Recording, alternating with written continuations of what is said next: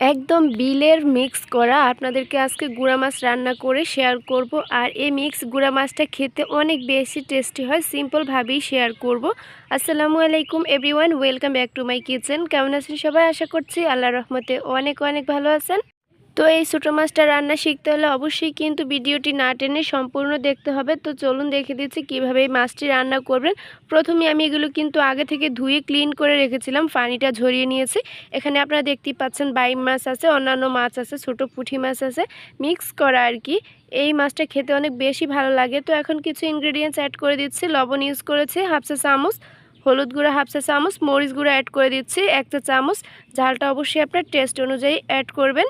এখানে আদা রসুনের পেস্ট মিলে ব্যবহার করেছি 1 চা চামচ, হাফ কাপ পেঁয়াজ কুচি। এই রান্নাতে কিন্তু পেঁয়াজের পরিমাণটা একটু বেশি দিতে হয়, তাহলে খেতে ভালো লাগে।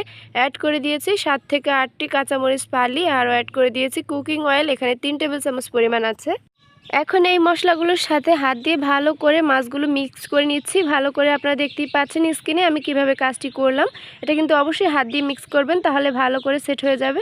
আমি 10 মিনিটের মতো এভাবে রেস্টে রেখে এরপর আমি চলে এসেছি কিচেনে। আর আপনারা দেখতেই পাচ্ছেন মোটামুটি আমি 1 মিনিটের মতো এটা রান্না করে নিয়েছি। আর এটা আলতো হাতে একটু উল্টে পাল্টে দিচ্ছি। এটা কিন্তু অনেকটাই নরম মাছ, এটা ভেঙে যাওয়ার সম্ভাবনা আছে, খুব একটা নাড়াচাড়া করা যাবে না।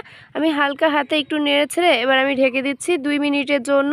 এই রান্নাটি করার সময় কিন্তু অবশ্যই আপনার চুলার আঁচটা মিডিয়াম টু লো হিটে রাখতে হবে, এটা হাই করে রান্না করতে যাবেন না। তো ফাইনালি দেখতেই পাচ্ছেন 2 মিনিট পর ফিরে আসছি। আর যে তেলটা দিয়েছি এটা মাছ থেকে আলাদা হয়ে গিয়েছে। এরপর বুঝতে হবে এই মাছটা ভালোভাবে কষানো হয়ে গিয়েছে। আমি এখানে 1 কাপ পরিমাণ পানি ইউজ করেছি। তো মোটামুটি আমি কিন্তু 3 থেকে 4 মিনিটের মতো এটা কষিয়ে নিয়েছি। আর এটা মোটামুটি 60% সেদ্ধ হয়ে গিয়েছে কষানোর মাঝখানেই। এরপর আমি 1 কাপ পানি দিয়ে এটা আমি ঢেকে দিচ্ছি। ফিরে আসলাম প্রায় 5 মিনিট পর। আর ফাইনালি দেখতেই পাচ্ছেন অনেকটাই পানি শুকিয়ে গিয়েছে। আর আমি হাতে মেখে এই মাছটা রান্না করলে কিন্তু অনেক বেশি টেস্টি হয়।